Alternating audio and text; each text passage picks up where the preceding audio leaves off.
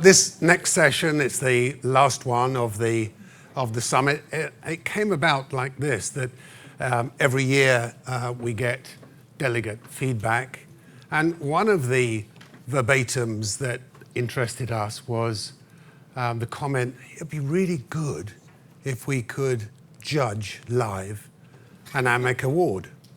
So that's what you're going to do. This is a brand new award, live judging,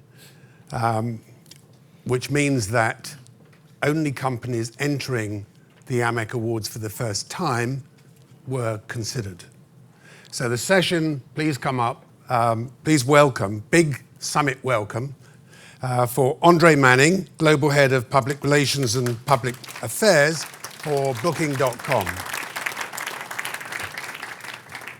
Thank you, Barry. Do you want me to introduce the panel? I think you want to introduce the panel. So we've got a touch of the dramatics here.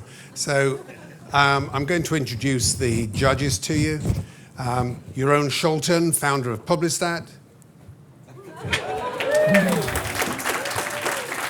Eileen Scheel, Executive Director, Corporate Comms, Cleveland Clinic. Jenny Chapman, US Managing Director at Gorkana Group. And Professor Jim.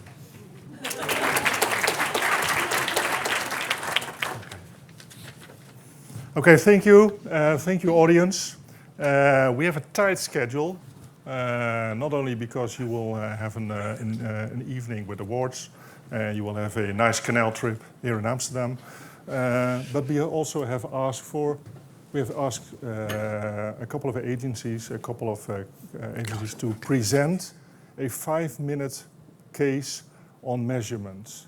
And we have asked these 4 distinguished people to judge those 4 cases amongst 3 criteria. If they have smart objectives, if the case is really out-of-the-box thinking, and most important, if the case is closely related to the objectives of the business of the company. And those people will provide very professional feedback on those cases, but they are not the most important part of the whole voting, because the most important part of the voting will be you. Because at the end of the cases, therefore you cannot sit back and relax. No, you have to make notes, because at the end of the 4 cases, we will ask you to vote via texting, I think, for what you think will be the best case presented. So, where Barry mentioned we want to do live voting, we want to have a lot of interactivity. That all will take place during the last session of this AMEC conference before the informal and entertaining and fun part will start. So that is a little bit the order of what we're going to run now. 5 minutes per case, 3 minutes feedback for the judges. Judges, are you ready for it?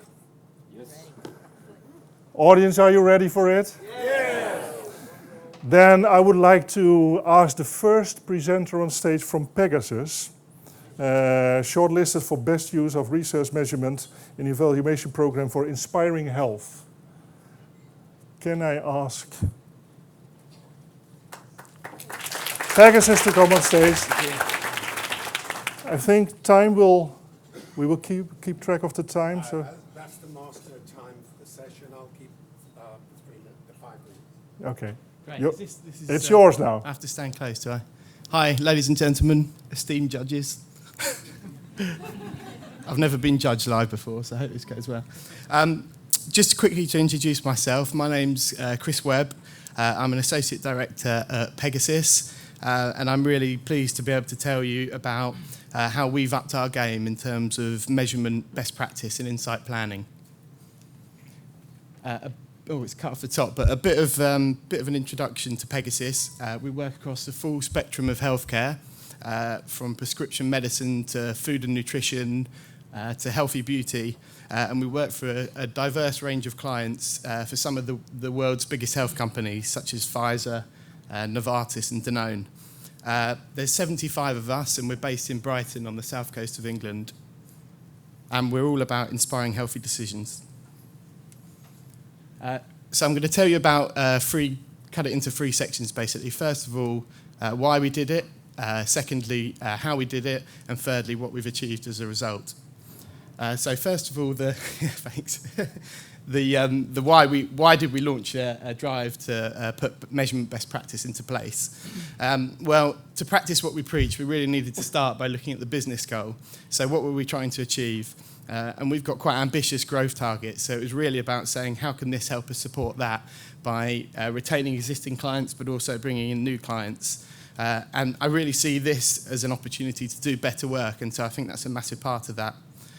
Secondly, our mission as a business is really clear. We've got a clear purpose. As I said, we're all about inspiring healthy decisions, helping improve lives by doing that.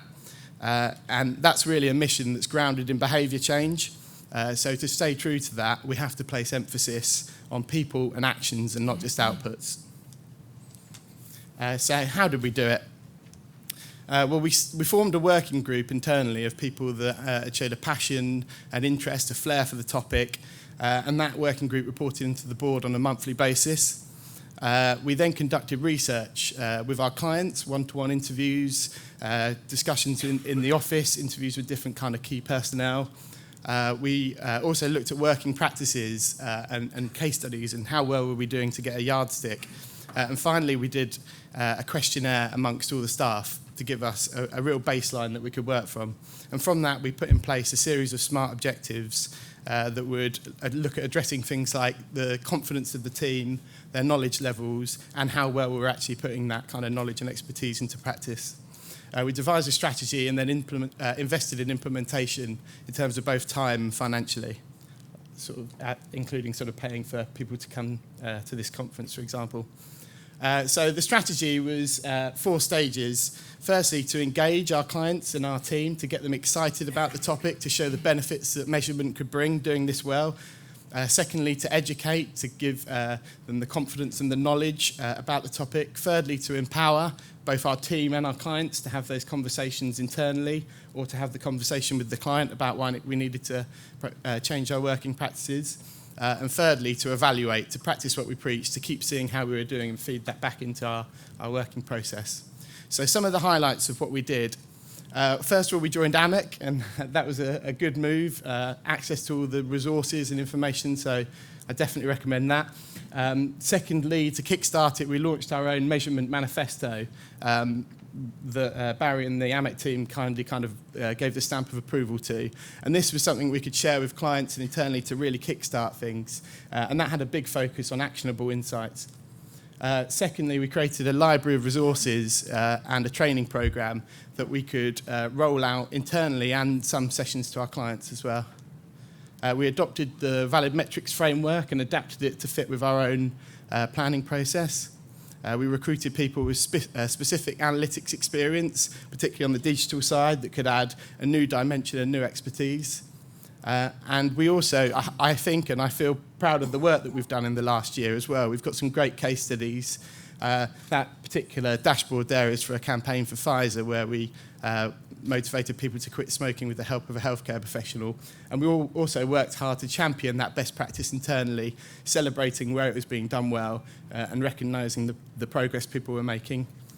And we also took an innovative approach to presentation, focusing on insights, and I think that's something I regard as really important. So this was a launch for Sensodyne for GSK, and we packaged up the review to look like a tube of toothpaste unravelled, just to really get people's attention and to get our point across. We also adjusted the core competencies of our staff and included measurement and evaluation in their personal development plans as well. We also took the bold move to rebrand and put the people that we'd inspired right at the heart of the business. So this is an example of the marketing materials that we have, and Emily's an example of one of the people that our campaigns reached and where we changed her behaviour. So what did we achieve as a result? Well, we did some follow-up research a couple of months ago within the agency to see how we were getting on. And I was delighted to see that 96% felt more confident than kind of in the topic than when we started. The same amount had noticed a positive difference from clients as well. Is that the time? I've got one. 75% believe the quality of our campaigns had improved as a result. It's been a brilliant year for Pegasus. We've had 25% growth. That's our 5th year of double-digit growth. We've won some big new business, and anecdotally, we've had quite a lot of references to our approach to measurement as a key part of that. We've also won several big awards, including recently Sabre, Best Healthcare Consultancy in the UK. So to summarise, we've upped our game by ensuring that every campaign is built and shaped by insights, there's smart objectives and a measurement framework at its heart, and is focused on delivering outcomes and behaviour change. Thank you.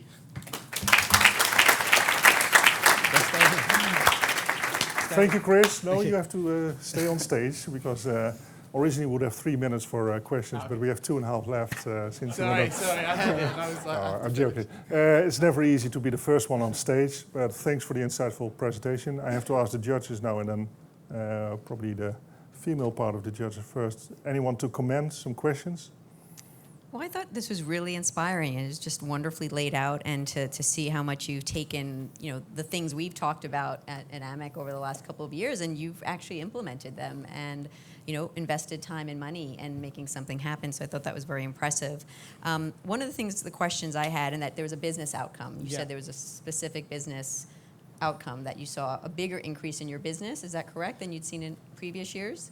Yeah, so basically we've had kind of a business plan that gets harder and harder to sustain the growth every year because we've had such sort of great growth in the last 5 years. So it was really about helping meet the targets, but I think, like I said, the percentages are not bigger, but they're a bigger fee income. So we kind of felt that we really had to up our game and change the way we do it to really start to win the bigger clients that would enable us to get there. What about year 2? What's that going to look like? Year Because 2. some of your things were like 100%, like your goals were. So once you hit Yeah. 100, where do you go from there? Well, I think some of those statistics obviously showing the progress we've made, but I think we've got a long way to go. And I've got like 10 pages of notes from the conference of loads of things that I'd love to do. So I think we've got big plans. We'll keep it going. Hopefully next year I can come back and tell you more about it. But yeah, we've got lots of things internally planned to continue the training, to continue getting champions to really help drive it forward as well. And I think there's still a lot of work to do with our clients. Some really get it, but I'm sure, like everyone, we're doing a lot of great work, and they're not necessarily appreciating the whole piece. Thank you, Jenny. Thank Eileen? you. I thought it was wonderful as well. Thank you. So I bet all the clients are really easy to work with. When you came to a challenge with a client, what did you do? So we've had a few. I don't know how close I have to stand for this. Yeah, we've had a few. I suppose one of the classic ones was I was absolutely sure that we weren't going to use AVEs, and internally it was, we've always used them, that's what the client want, and actually we found, and some of the people that I was pushing to have that conversation and helping them with it, that if you just say AVE or no AVE, the clients say keep it on, but if you say, well look, we're not going to do that, but we're going to do all these different things, and we're going to take a whole new mindset, actually they were really receptive. So there have definitely been sort of challenges and wobbles along the way, but I think by taking a kind of really thought through process, and if people kind of buy into what we're about as an agency, the whole inspiring healthy decisions, and they've come with us largely, which has been great. Thank you. I think we reached the 3 minutes, Barry. So Nearly, Andre. Yeah, nearly? 20 seconds. You had another question, Jeroen, or no? Oh, you were hinting, but It sounds like a success story, but as a grumpy Dutchman, I'm always more interested in failure. Yeah. Do you have one mistake you made we could learn from? Have we had one? I suppose the biggest challenge is time. I've been sort of driving this stuff, but I've been doing it, carrying on in my full-time role. So I suppose I look back and I think what more could have been achieved if I'd really kind of ring-fenced more time, recognising how important it was and saying, look, it is a business investment, but I think we could have got even further. So that's one of the things that I hope to do, to really kind of ring-fence more unbillable time, which is a scary word in an agency, but I think it can deliver a great deal on the back of that. Thank you. thank you. Thank you, Chris. So in the meantime, we'll go to the second entry. And these 4 shortlisted entries, they have been chosen because they achieved the highest scores out of the companies entering the Sabre of the AMEC Awards for the first time. The second one is from Salience Insight, It was for best use of measurement for a single event for Jaguar Land Rover MENA on the Dubai International Motor Show 2013. So I would like to invite Munir. And on my paper, it's also that Giselle Baudy will be invited to be on stage. So we'll have a duo presentation, so that means 2.5 minutes each. Okay. Out of pressure. Good afternoon, ladies and gentlemen. My name is Munir Agouz, and I work for Salience Insight in Dubai, the United Arab Emirates. Before I go into the details of our presentation today, I would like to share with you some facts about the Emirate. Some of you may have visited Dubai for business or for pleasure before, and I'm sure you will have been struck by the scale of everything. Hotels, office buildings, artificial islands, and of course the 12-lane highways. The love of cars is something that is ingrained within the culture, and of course the faster and the more expensive is always the better.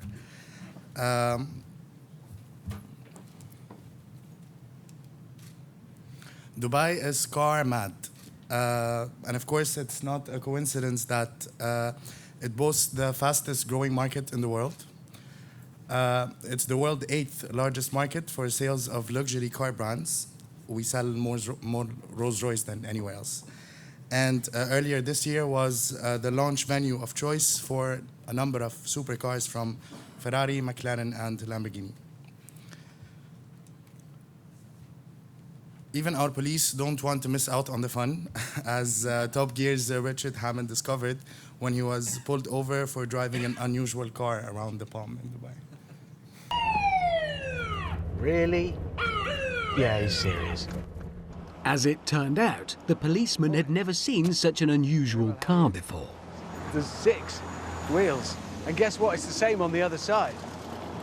And was on his way again after he'd had a look. Bye.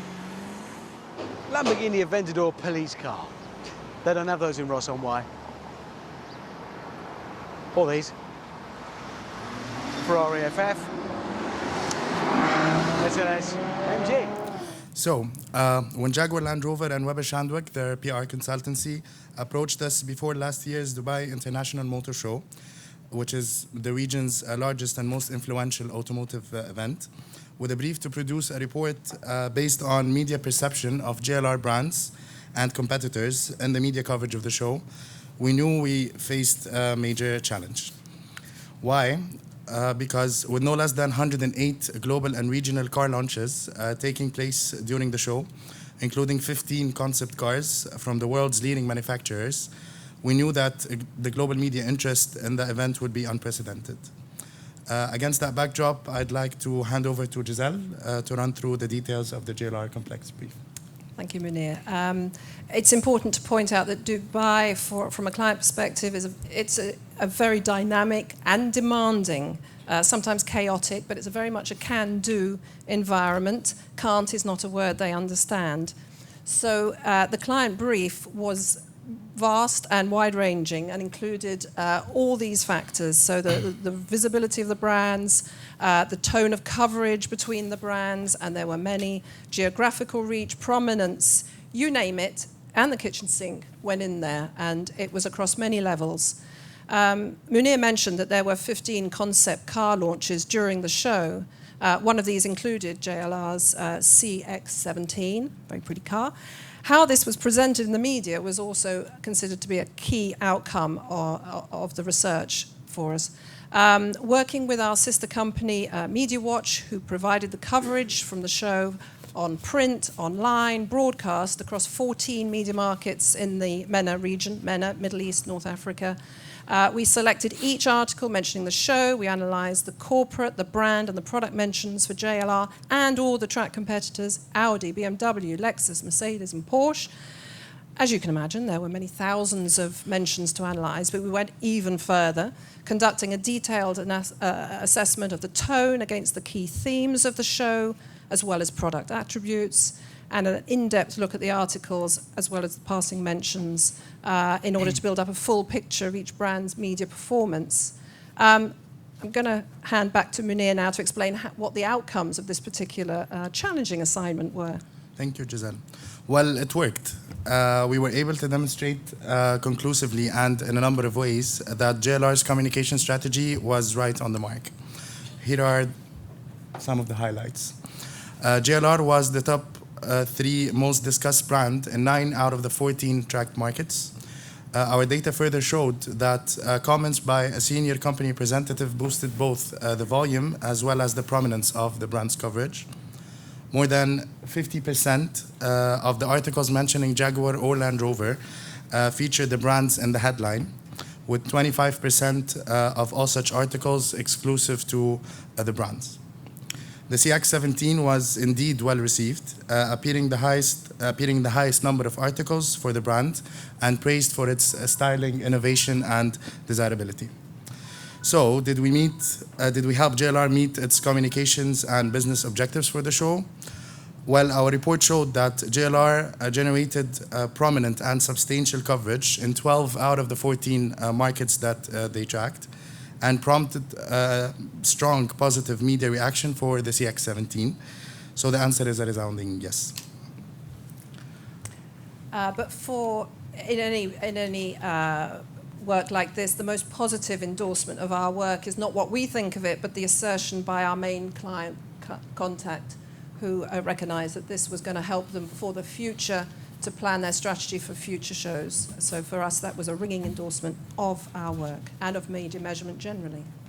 Thank you. Thank you.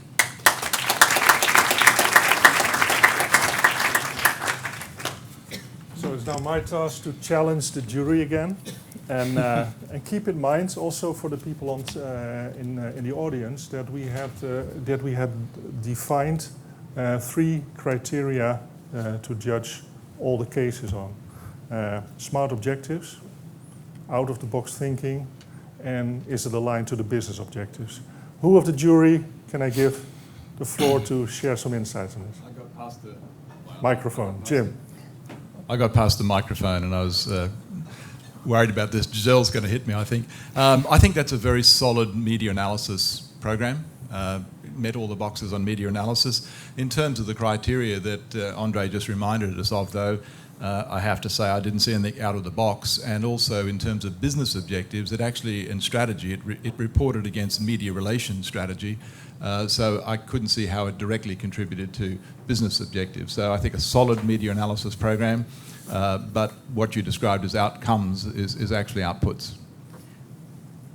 I hear what you say. Of course, we're going to contradict that in terms of this was a measurement project for a specific campaign. That was the business outcome. So in terms of, yes, we applied the metrics, but the important thing, I think, is also a dimension that it's the geographical dimension.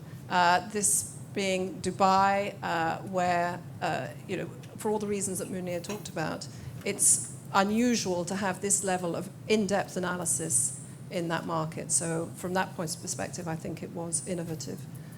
Munir may want to add. Yeah, I think that we also, part of the insight that we gave in the report was, of course, giving or highlighting the performance for each of the competitors as well. Like, for example, one of the competitors went the extra mile and did some activations on the stand itself, which help boosted basically the sales, as well as in Dubai, the Dubai International Motor Show.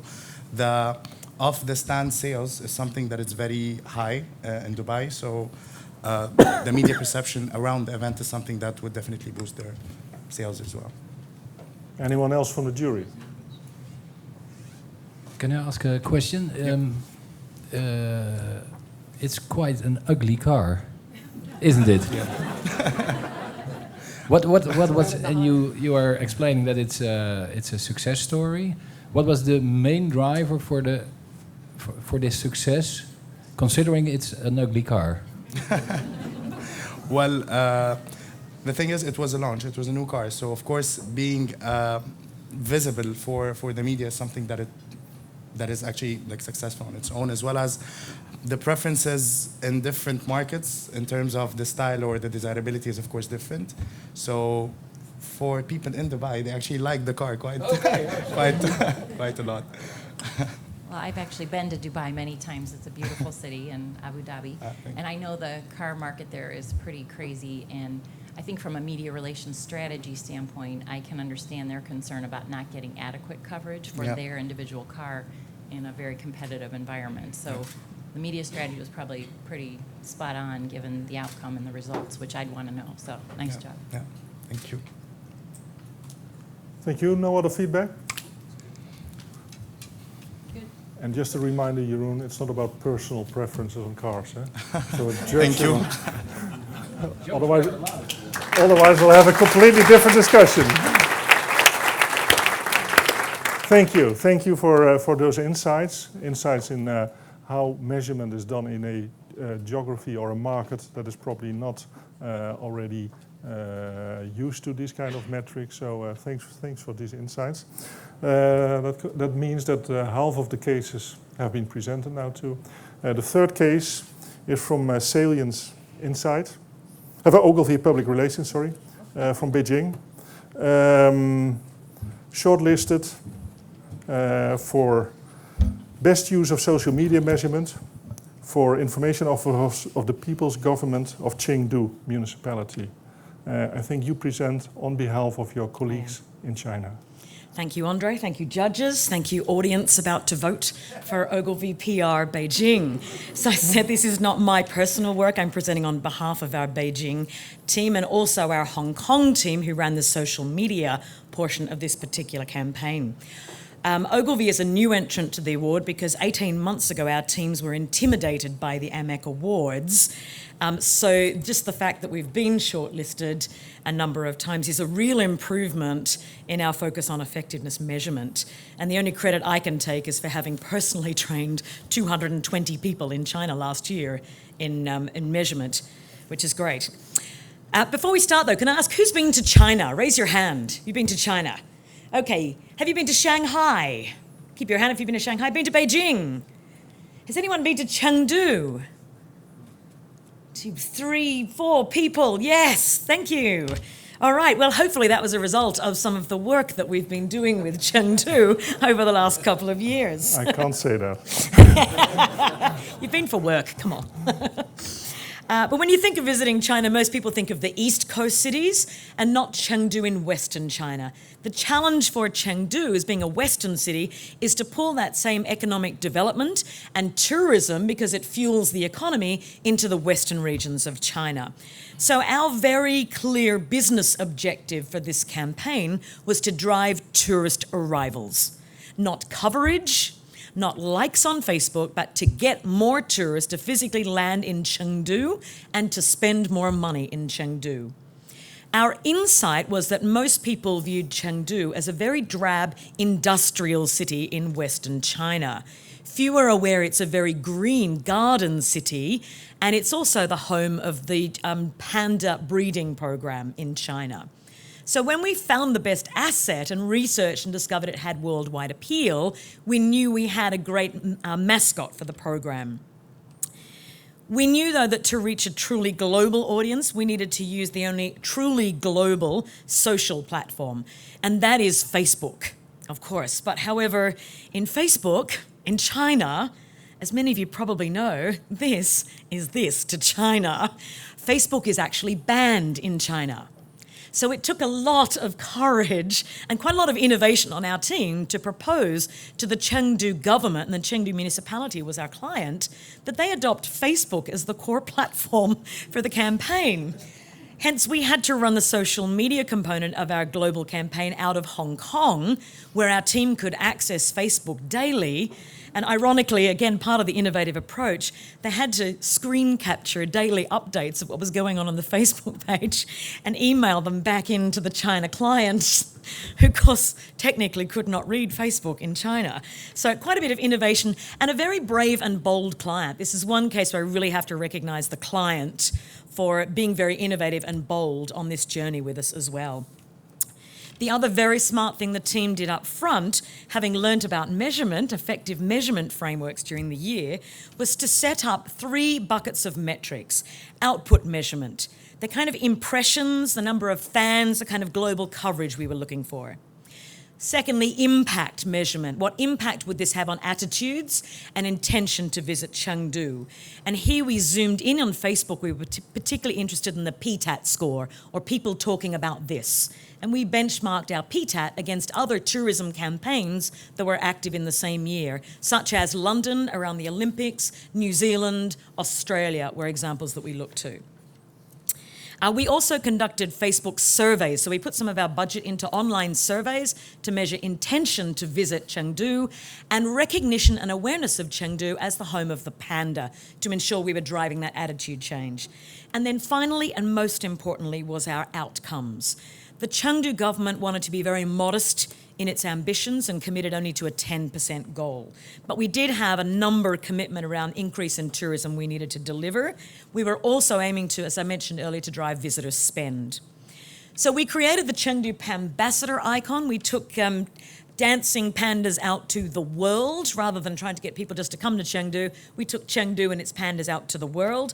Some of you in London may have seen the pandas in Trafalgar Square right before the Olympics, or riding the Underground, or doing the Gangnam Style dance, 108 costume pandas. Singapore had activities, the US had activities. In fact, 9 different countries, 7 different languages of content were created to feed the Facebook page. The results that we achieved in the 6-month campaign, Chengdu Pambassador touched over 1/10 of the Facebook universe worldwide. So quite a dramatic reach. We grew our community of fans, which didn't exist before, obviously, on Facebook, to 411,000 fans in the campaign.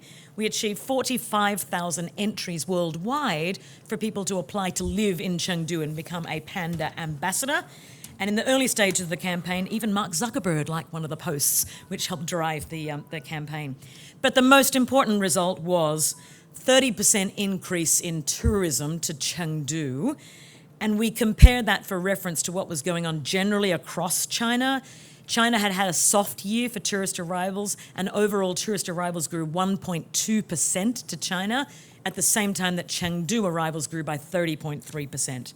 So that was the most important result out of this campaign. I do have a short video to show of it, but if I have no time, we can bypass it. After years of development, Chengdu, capital Sichuan province in western China, was ready to welcome the world. But we weren't quite on the map for travelers. We needed to give people a reason to go. That was our challenge. Our solution was to establish the city via its lovable icon, the giant panda. We took to the world's most powerful social platforms to recruit ambassadors for Chengdu pandas around the world. We called them the Chengdu Pambassadors. Hopefuls would begin their panda quests on a Facebook app, where they could rally support from their friends to prove themselves worthy of becoming a pambassador. To fuel conversation with people around the world, we created original, localized, and easy-to-share content for 9 key markets in 7 languages to give our single brand page a truly global feel and make their Facebook experience better. We use page post ads and sponsor stories to share Chengdu pandas beyond our fans, to engage with their friends and ignite the graph to reach millions of people around the world. On Facebook alone, we reached 110 million people, grew the community to 411,000 fans, and engaged over 29% of them. The campaign received over 225,000 entries worldwide, and 3 were selected to serve as global Chengdu Pambassadors. The word of mouth started in social and quickly spread to traditional media, achieving a total of 1.6 billion impressions, 800 million from social alone. As a result, we successfully connected Chengdu with the lovable giant panda, and most importantly, we were able to drive a 30% increase in Chengdu tourism. Not bad for a panda.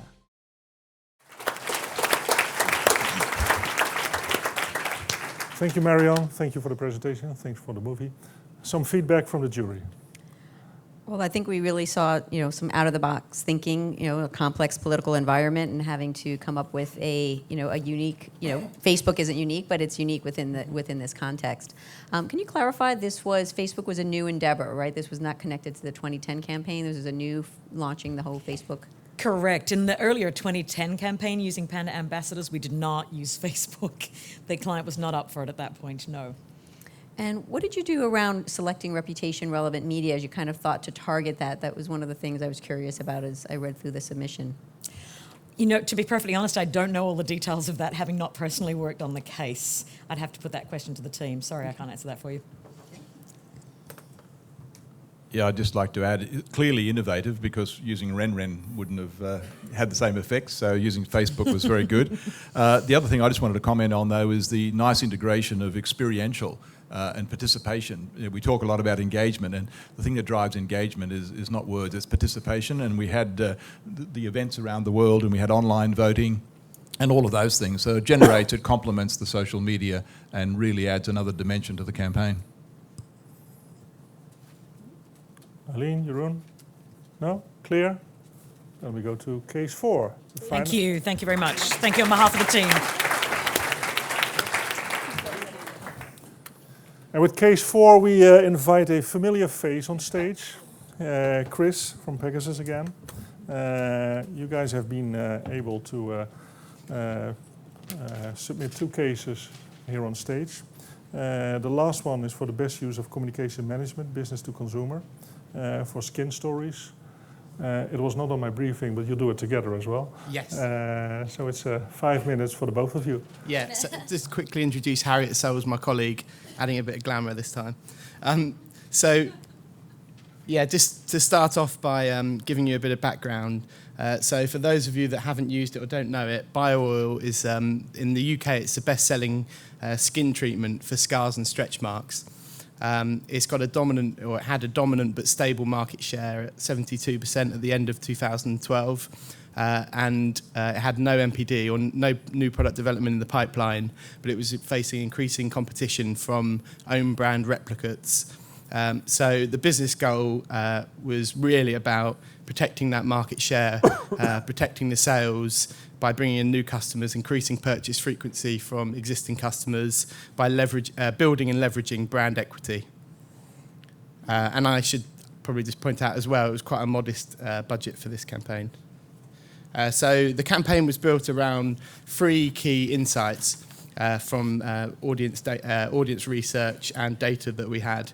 Firstly, the power of recommendation for the brand was a massive purchase driver. Everything pointed towards the fact that a lot of people were trying it because they'd been told by a loved one. Secondly, skin imperfections. 4 out of 5 women, the research told us, misguidedly thought that they were the only ones with skin imperfections.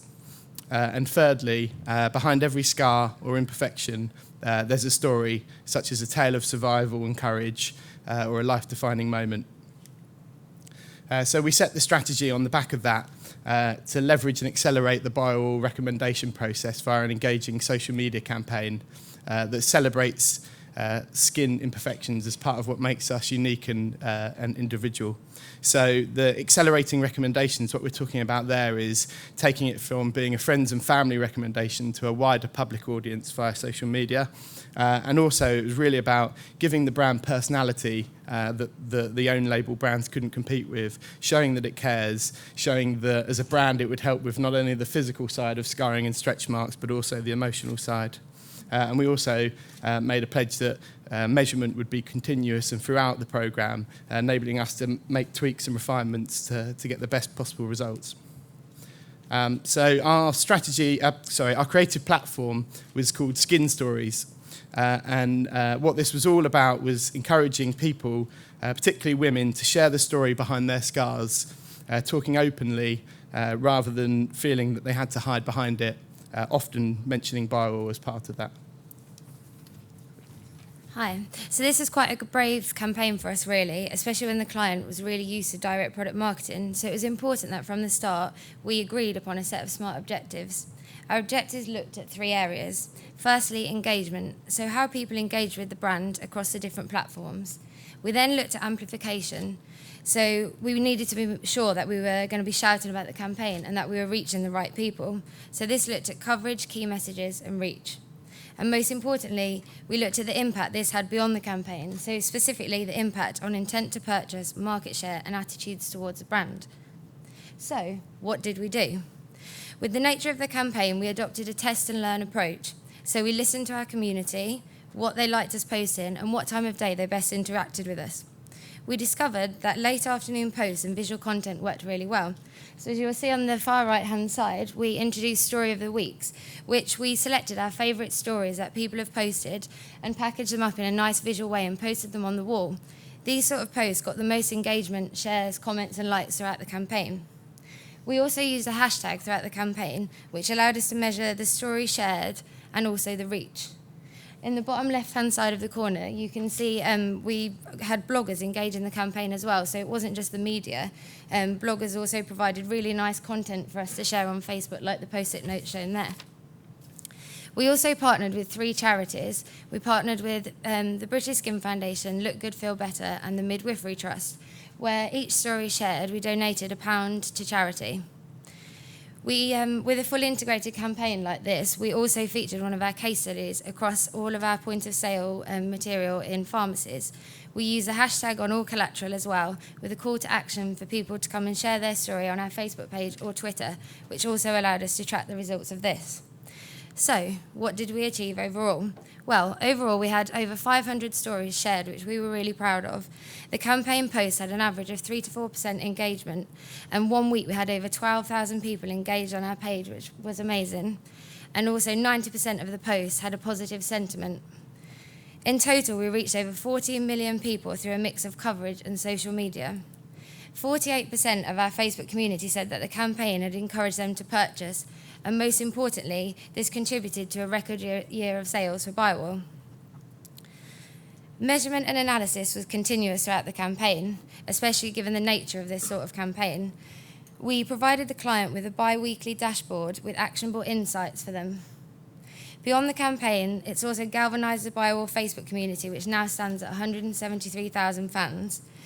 Our 2014 marketing strategy is also contains some of the storytellers and on our point of sale material as well. And it also helped us to identify 5 of our key audience groups from the basis of this campaign, and again formed some of our marketing communication strategy for this year. It was also so well received throughout BioOil and now our colleagues in Australia, South Africa and USA are also implementing this campaign. Thank you.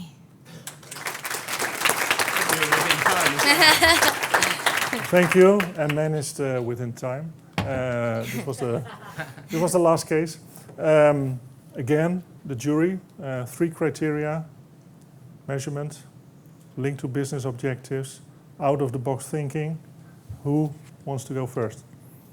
I'll be very brief. I saw participation again, getting people involved, getting people telling stories. That's an age-old success issue in communication. People love to tell their stories, they love to participate, and I was interested in the 48% intent to purchase, which is the direct link to business outcomes. I have a question. Did you have any goals before you started? You showed us the results, but did you have goals? For the campaign? Yeah, for the campaign. So there were, a couple of slides back there were, I mean, we just gave an abbreviation, but in terms of business results? No, well, to be honest, our goal for the business in terms of market share was to keep it, if we could maintain it, was 73%, I said 72%. But we didn't set, actually, if I'm honest, the 48% because, like any good campaign, I suppose, we built on it as we went. So that was an idea to add that as a level of analysis that we had partway through the campaign. You surprised yourself. Yeah. We did, yeah. Okay. No, I thought that was, it was a great demonstration of looking to not just look for, the outputs in terms of shares, but also outcomes like consideration. I thought that really, I was wondering where you came to some of the metrics, because I did see, since I read through the case, that it was, we wanted to have, 500 shares. And was that somewhat just random, or how did you come to that was the right number to set? Yeah, I think probably a fair bit of it was random, to be honest. So I think there was probably an expectation that we wouldn't get towards that, so it was something we were striving towards. And there's probably an element as well of pushing to get to that total, so that's maybe why we came in just above it. But I think that was our initial aspiration that we felt would make it a kind of far-reaching campaign based on the level of budget that we had. But yeah, there wasn't really a science behind that, if I'm honest, just a bit of experience and... Right. Yeah. Okay. Well, now you built a base, but really Yeah. overall, really nice job, and I think linking it, both to measurement as well as to, kind of best practice about building engagement, and staying true to your mission about, inspiring, right, and linking it to Yeah. charities, et cetera. Okay, thank you. Thank you.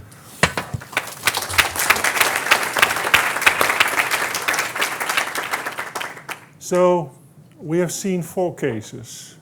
We have the first case and the last case presented by Pegasus. We had a case presented by Salience Insight. We had a case presented by Ogilvy Public Relations. We had cases from all over the world. We had 2 cases from the UK. We had a case from China. We had a case from the United Arab Emirates. But they were all, the majority was global due to the fact that those were integrated social campaigns. I learned some insights on some new markets like the United Arab Emirates, which has a specifics on measurement, etc. So for me it was great to see all those campaigns that give a picture of how global our job is and how globally measurement in the meantime is embraced, even in a market where Facebook is not even allowed or cannot be used. So for me that's great insights.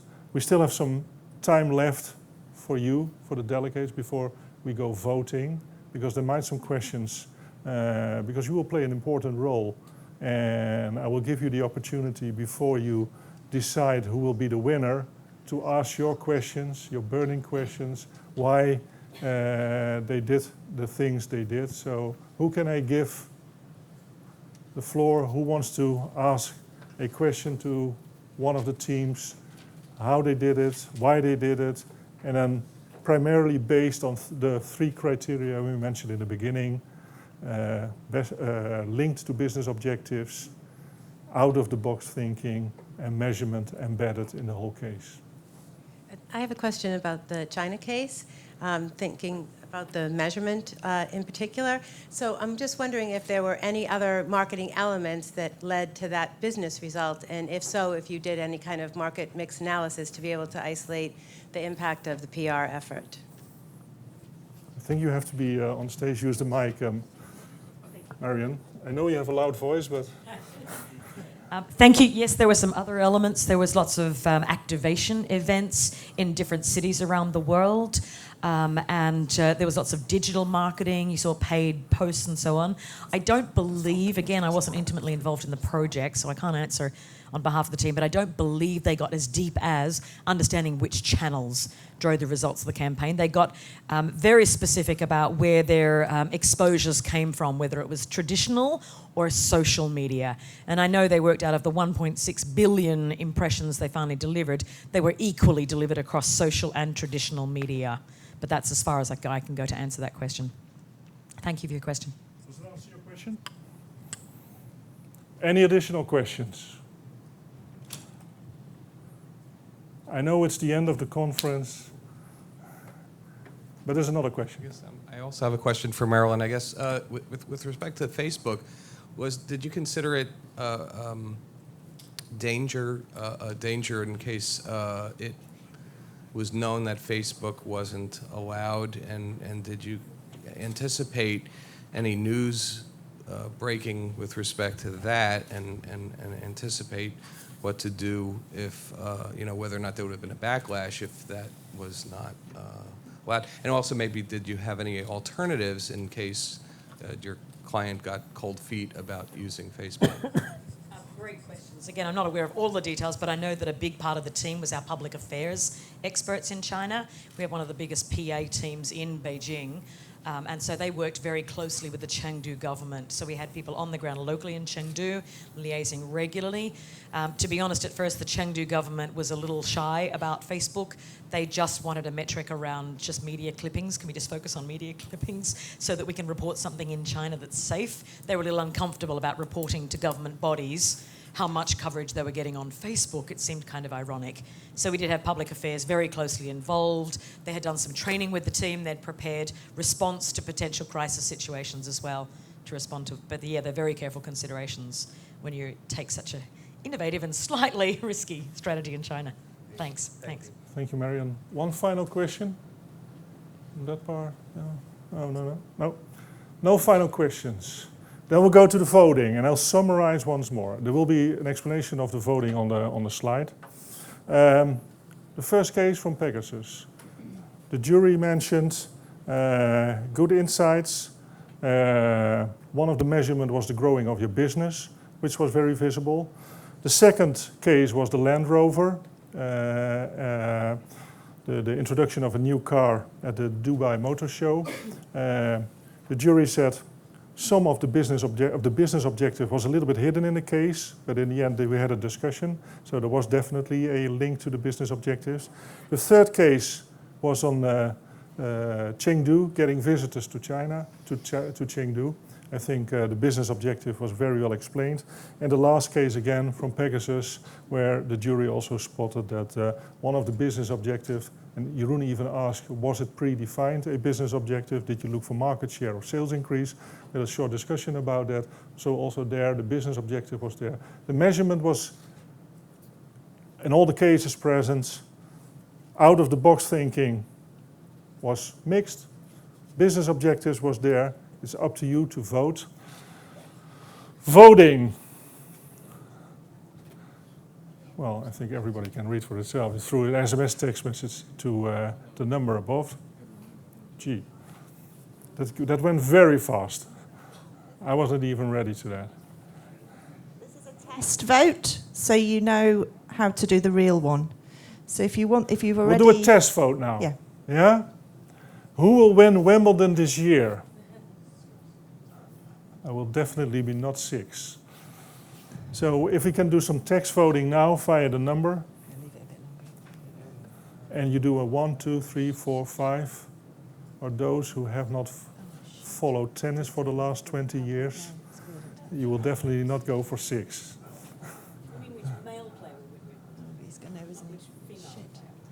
Yeah, these are all males, yeah. Okay. Which male tennis player will win Wimbledon this year? Yeah? 5 seconds left for voting. 1, 2, 3, 4, 5. Can we get the results?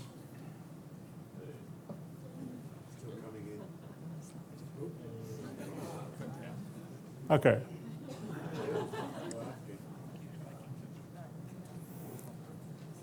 Okay, at least we know who will be in the finals. Andy Murray and Rafael Nadal. Okay, now we know how the voting works. So I'll give you 20 seconds, or 30 seconds. No, let's give you 30 seconds. Your vote for the AMEC Best Newcomer Award, Pegasus, with inspiring health decisions, Salience Insight on the introduction of the car, which Jeroen didn't like, but that's a personal thing, on the Dubai International Motor Show, Ogilvy Public Relations with the Chengdu Ambassador, and Pegasus with the skin stories. So it's not that difficult. A 1, a 2, a 3, or a 4, based on the 3 criteria we mentioned in the beginning. Go ahead.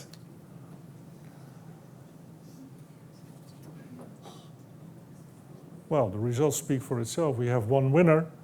David, can I ask you on stage to hand out, together with me, the award to the winners, but all the winners I'd like to have on stage because we have at least a recognition for all of you. So if I can ask the 4 winners on stage, and then we'll have one winner, of course, which is Ogilvy. See, 1, 2, 3, with 3 winners. Pegasus with 2 representatives.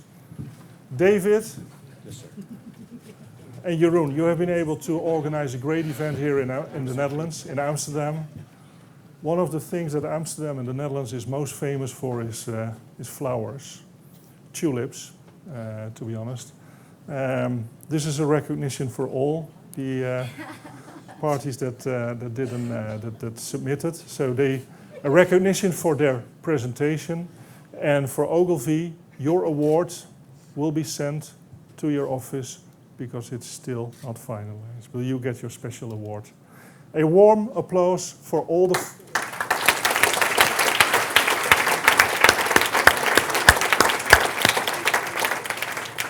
Because it's not easy to present a case in 5 minutes. It's even worse to be grilled by a jury here on stage with this status. And then finally, you're in the hands of an audience of which 27 people voted. But the winner is Ogilvy. Thank you.